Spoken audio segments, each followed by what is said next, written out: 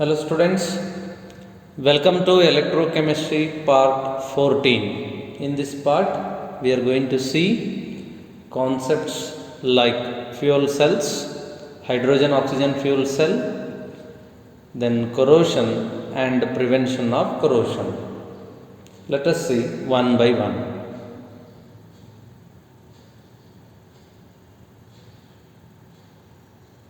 Fuel cells. Fuel cells are specially designed galvanic cell in which energy of combustion of fuels like hydrogen, methane, methanol, etc. are directly converted into electrical energy. So in fuel cells what happens, students? Combustion energy of fuels like hydrogen or methane or methanol directly converted into electrical energy. In our syllabus they given one fuel cell, that is oxygen hydrogen fuel cell, and it is used in automobiles, okay, and it was used in Apollo space program also.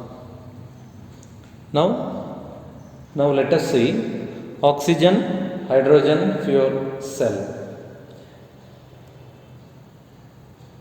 Okay, in this cell we are going to pass hydrogen from this side and oxygen from this side through the porous graphite electrode. So here we have one graphite electrode and another graphite electrode present on the right hand side here. This is one graphite electrode.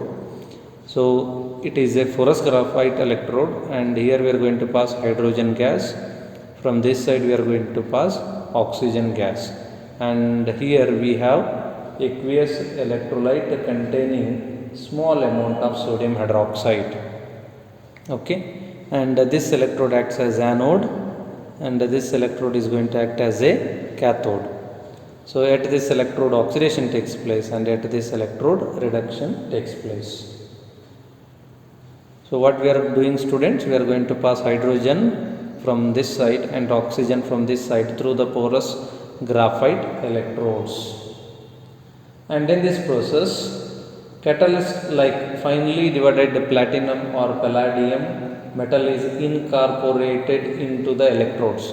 That means these electrodes, they are made up of graphite. Along with that they also contain small amount of platinum or palladium. I hope that you understood.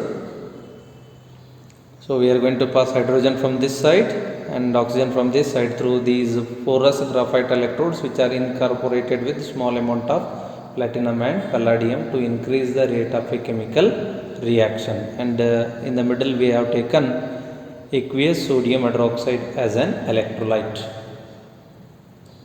Now at a cathode, reduction reaction takes place. We are passing oxygen through the cathode electrode, hence oxygen reacts with water. From where we get water? Aqueous sodium hydroxide we told. So in that one water is present.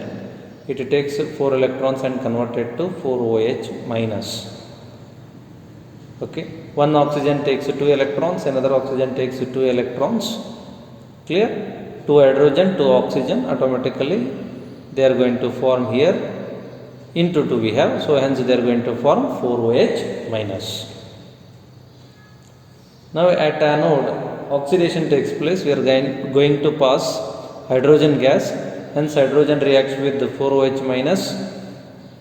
Okay, and it is going to lose 4 electrons and converted to 4H plus. 4H plus 4 OH minus leads to the formation of 4 water molecules.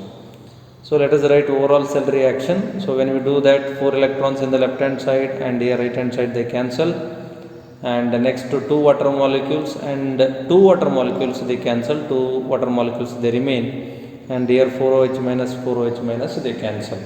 So when I add and when I write, I am going to get 2H2O plus O2 gives 2H2. So at the end the product obtained in this cell is water. And in Apollo space program they used to produce water in this manner, and they used that one for drinking purpose. Okay, this cell continuously runs as long as reactants are supplied, and efficiency of the cell is found to be nearly 70% compared to the thermal power plants where efficiency is just about 40%. So this cell is more efficient than thermal power plants. Now let us see corrosion of iron metal. Okay, so corrosion is a electrochemical phenomena in which metal is lost in the form of its oxide or sometimes carbonate, sometimes bicarbonate, etc. Okay, examples for corrosion we come across in our life also. Corrosion of iron, tarnishing of silver, formation of green layer on the surface of the copper metal. So these are the some examples of corrosion. Now let us see corrosion of iron and its mechanism. Okay, pure part of iron acts as anode, and at this part oxidation takes place. See in this diagram you can see that this is one iron article or a metal, and assume that this is a pure part of it. So this pure part undergoes oxidation. Iron is converted to Fe2 plus. One more iron is converted to Fe2 plus. So two iron atoms they converted to two Fe2 plus ions by giving 4 electrons that we have written. 2 Fe gives 2 Fe2 plus and 4 electrons. Now these electrons released at anode, they move through the metal and go to another spot on the metal, especially impure part of the iron metal, and reduce oxygen in the presence of H plus ion. Question may arise from where we get oxygen, from where we get H plus ion. Students, this metal is in contact with the atmosphere, so automatically it is in contact with the oxygen, and assume that some water droplet it is going to drop on this metal. So from water droplet we have water. This water is going to absorb carbon dioxide. So when water reacts with carbon dioxide we get carbonic acid. From carbonic acid we get H plus. So now what happens? Electron released at anode, they enter here. Okay, impure part of the iron metal generally, and at that spot in the presence of oxygen from atmosphere, 4H plus that is formed by reaction between water and carbon dioxide, we are going to get water as the product. Okay, now let us see the reaction at cathode, that is reduction reaction. Oxygen reacts with 4H plus and 4 electrons, thereby we are going to get 2 water molecules as the product, like this. So here we are going to get 2 water molecules formed as the product. The Fe2 plus formed at anode further undergoes oxidation in the presence of atmospheric oxygen and water, thereby resulting in the formation of Fe3 plus ion. You can see, so Fe3 plus ion is formed. So the Fe3 plus ion thus formed reacts with the oxygen to form ferric oxide. Okay, like this, and ferric oxide combines with the X number of molecules of water and forms hydrated ferric oxide as the final product, and this hydrated ferric oxide is chemically called as corrosion or a rust.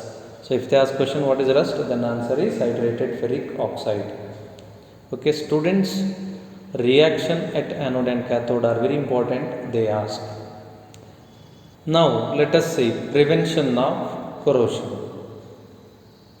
Okay, the first method is called barrier protection. See, in barrier protection, the metal surface is covered with some chemicals like bisphenol or paint or even some oils, so that we can prevent direct contact of metal with atmosphere. So in barrier protection what we do? We cover metal surface with paint or chemicals like bisphenol. And the second method of prevention is called sacrificial protection. So in sacrificial protection, metal surface is covered with more active metals like zinc or magnesium or even sometimes aluminum. So they preferentially undergo oxidation. Okay, and now iron has to undergo reduction, so there will not be no corrosion. Suppose if zinc metal is used for this purpose, then this process is called as galvanization. So what is second one, students? Sacrificial protection. So in which what we do, metal is covered with more active metals like zinc, aluminum, magnesium, etc. They preferentially undergo oxidation and consume. If zinc is used, then it is called galvanization. And last method is called cathodic protection. So in cathodic protection, students, we are going to connect this iron metal with more active metals like aluminum, magnesium, etc. Okay, so once again they undergo preferential oxidation, and generally this process is used in the case of underground pipes. So these underground pipes are converted to more active metals like magnesium, aluminum, and they act as anode, they undergo oxidation. Okay, now iron has no choice, it has to either undergo reduction or it should remain neutral. Thank you, students.